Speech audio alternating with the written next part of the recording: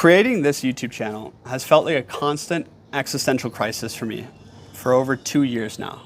And it's a mixture of factors. The algorithm, it rewards provocative and heretical ideas. There's ideological grifts that I got trapped in. And growing up and making a YouTube channel that's a reflection of my soul, it comes with all of this stress and thoughts of like, is this authentic to me? Will this make money? What will people think about this? There's a lot that goes into creating content like this. And I just want to be real, honest, and transparent with all of you. And this is a long overdue letter to my fans about my YouTube journey and what's changing for me. So I've been doing YouTube for 13 years now. And I started my first talking head channel about spirituality and mysticism when I was 19. I dropped out of Columbia University and was just so far off the deep end with esotericism and spirituality. And it felt like this one outlet that I've always been called to do. I'm called to speak, to share, to inspire people and to lead. And when I was about 20 years old, I was sitting there homeless in New Orleans. And I remember watching a video spike to 10,000 views.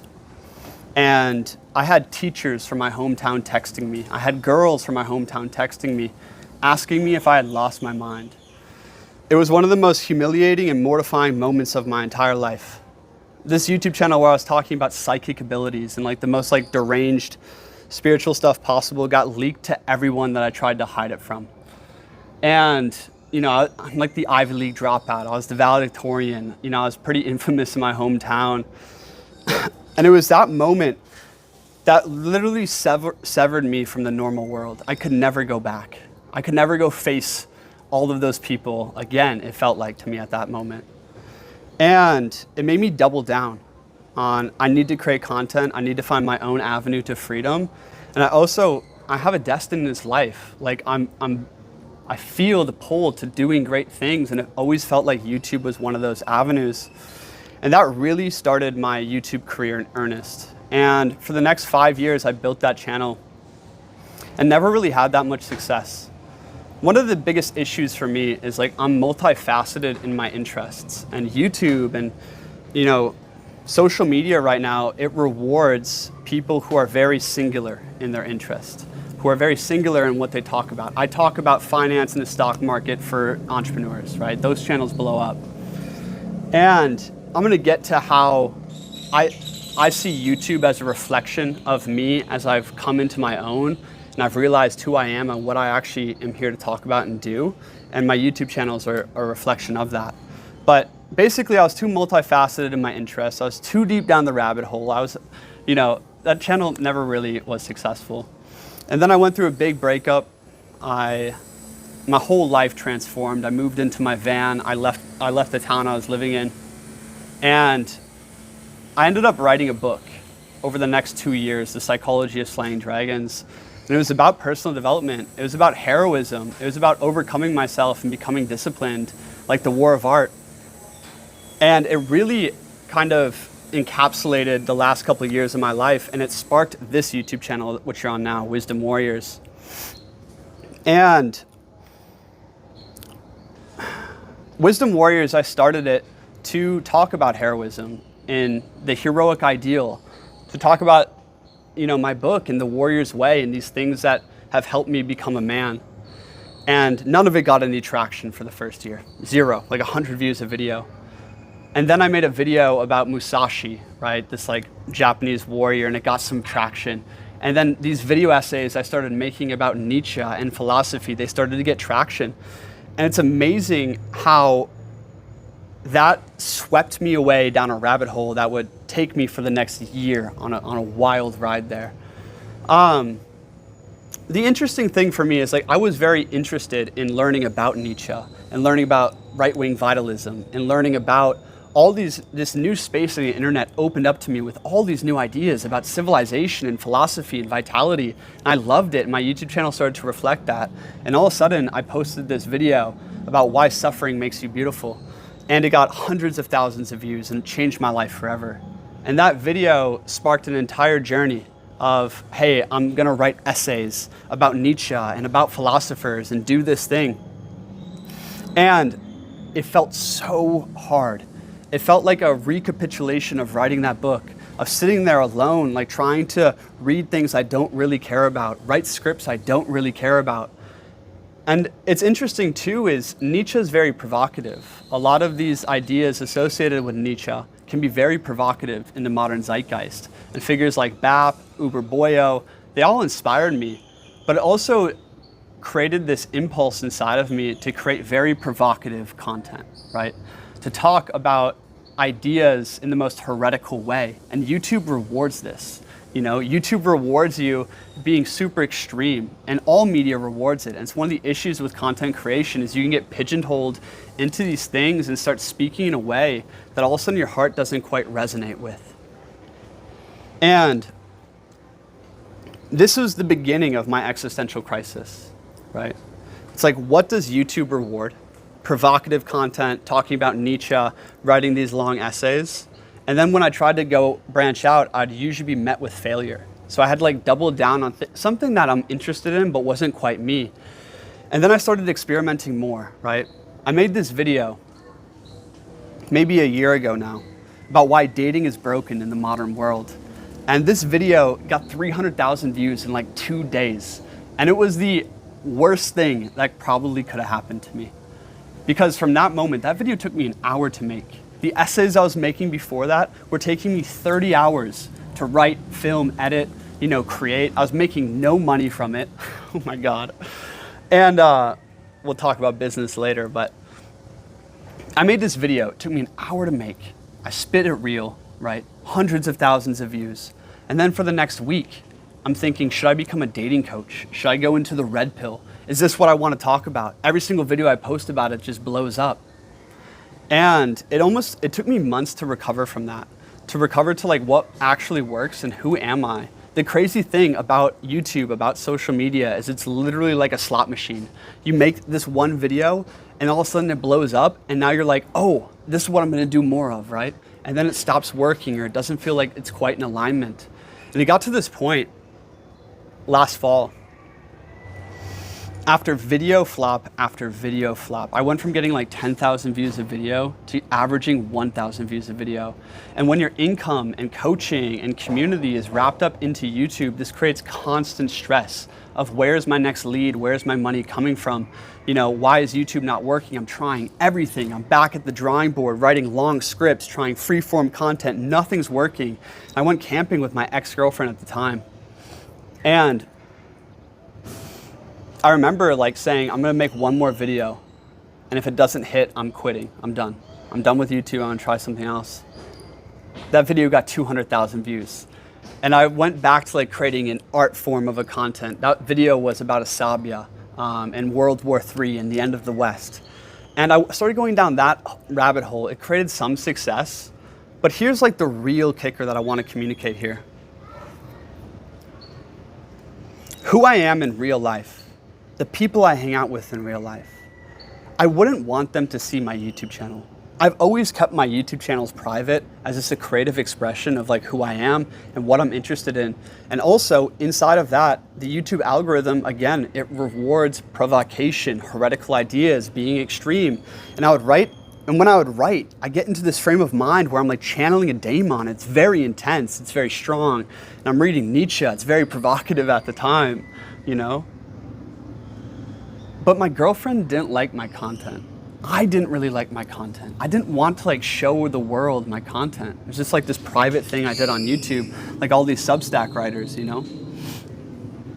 And this was the war inside of me almost every day. It's like, how do I create content that gets views, that attracts the people I actually want to be around? It feels good, like this is my digital footprint in the world. There's so much to balance here. And also this entire year, I've been coming into this feeling of leadership in my life. I'm not here just to speak heretical ideas on the internet, inspire some, internet gangsters out there. I'm here to lead, I'm here to build tribe. I'm here to build brotherhood. I'm here to make a lasting impact in the world. Like my vision is to build new towns one day. And this YouTube channel is a means of filtering the entire world, of inspiring the leaders of the future. and also bringing them together, creating community. And it's like, who do I really want to reach? How do I speak from my heart and speak to them? And all of this clouding, fear of the opinions of others on one side and the algorithm and what the algorithm rewards on this side, just shifting my vision back and forth. It's really bad for your mental health when you just have flop after flop after flop. And then also, it's like, am I scared of what other people are gonna, I'm terrified of other people's judgments. I'm terrified of what my friends think about my YouTube channel, you know? Like maybe it's rooted in that trauma, that traumatic experience. And then it's also, if it's not working, my source of income and my livelihood feels like it's on the rocks, and it just creates constant stress of how do I pivot again? And that's literally defined almost every week of my life for 2 years.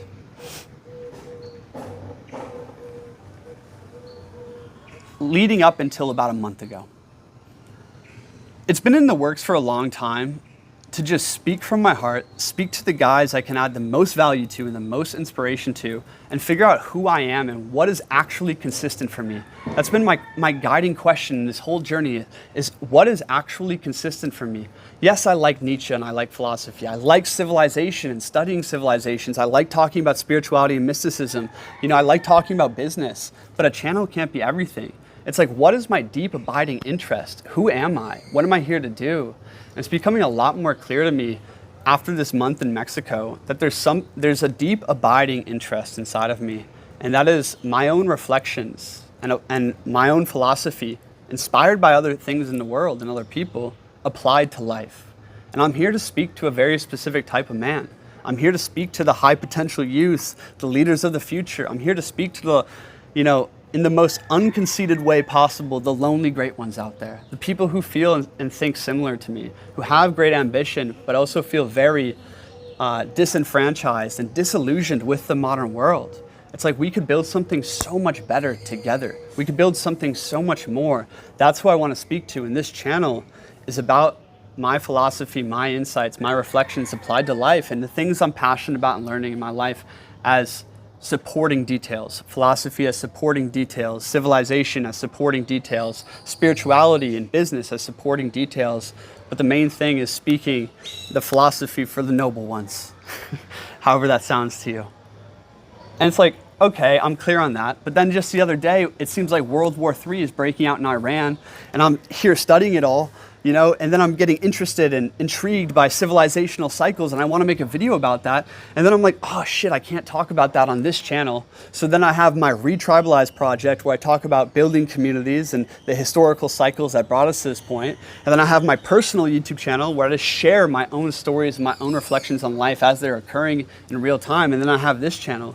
So it's like, I have 3 channels to try to capture and channel the immense energy inside of me that wants to come out, that wants to speak to the world, that wants to unite people, and trying to do it through these like 2D mediums of YouTube and what the algorithms reward. And man, it's been a challenging quest to get here. But I want to talk about my insights for any content creators out there and any young men in a second. But one thing I've learned on this trip, I'm here in Mexico with someone from the Men's Academy and his friend. And this is my vision right now. It's like, how can I use this YouTube channel to find the highly aligned brothers and leaders out there who are influencers, entrepreneurs, or just high agency? How can I unite them and build brotherhood online, build real culture online that can translate into real life? I want to build a nomadic team. That's what we're doing moving forward, is just renting houses, and I'm bringing people in from my YouTube channel. So there's an application below if that's something that interests you. And like, to come join us, it's free, right? Yes, there's paid groups I run online and things. And of course, I'm gonna try to provide the most value and sell you if you're available for it. But ultimately, like, my mission is free, just to be totally transparent and real with you guys. Where was I going with that? But one thing I've deeply learned here in Mexico is the ideological grift on YouTube, right? Like I said, YouTube rewards provocative ideas. Right-wing vitalism and Nietzsche is very popular. It's what built my channel. And I align with a lot of those ideas, but it's also not who I am. And when I have real life conversations outside of the echo chamber of YouTube, I see different perspectives on things. I learn, different ways of looking at something like capitalism or vitalism or hierarchy or patriarchy, or these things from many different angles. And it's amazing to have really intelligent, good conversations with people that open my mind. And it's like, how can I bring that to YouTube, a more expansive version of me, a more heart-centered version of me that still has all my heretical ideas and my philosophy, right? But a channel that's evolving with me. And that's one reason I'm kind of done with the ideological grifts. They get views, they're popular, but it's not the thing we need to focus on. If we actually want to build tribe, we want to live flourishing lives, we want to build flourishing communities, it's more than that, right? So I'm kind of done. I'm just leaving that behind. That's been a big change for me. And this also brings me to what it feels like coming into my 27th year. And just advice for all the young men out there. Business, YouTube, success. These things reward consistency. Like, I am this thing and I'm gonna do this thing repeatedly, right? And a lot of people who find early success will never find late stage originality, okay? Because early success, if I was, had success early, I'd be here doing breathwork courses and talking about spirituality, which I really don't want to do. Or I would be talking about SEO and lead magnets for real estate agents. Thank God I'm not doing that, right? It's like in the early stage of your life, it's adventure mode. You have many different interests pulling you. If you're like me, my mouth is so dry, I'm a little shaky.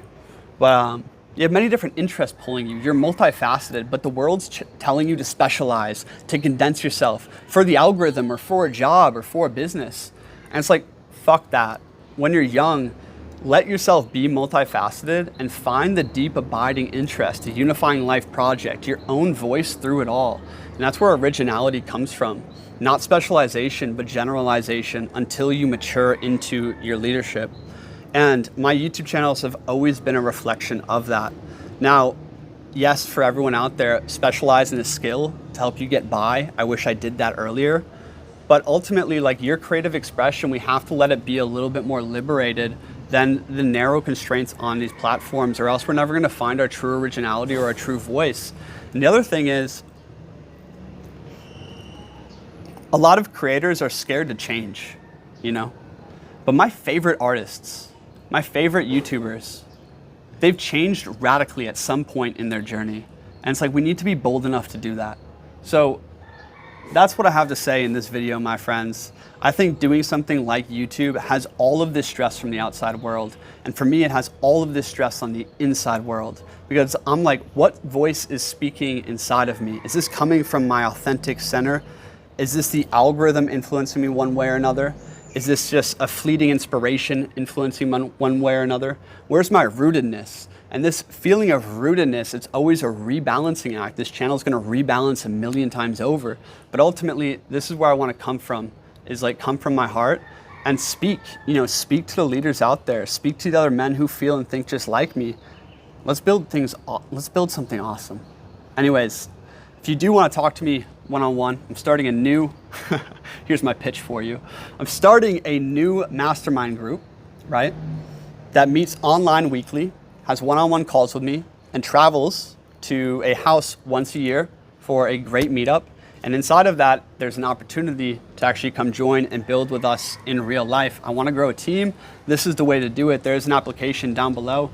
And yeah, it's the most value I could possibly give. That's where I'm at. I'm like, what's the most value I could possibly give to the men who feel and think just like me? And it's this. So I feel passionate about this. I feel passionate and excited for where this channel is moving. And it's felt like this breath of fresh air, letting it all go, deleting YouTube Studio, deleting the analytics, stopping to care about trying to beat the algorithm. I don't freaking care about the algorithm anymore. I care about speaking to the right people, finding the right people, and making our mark together. Anyways, my name is Christian. This is Wisdom Warriors. Peace.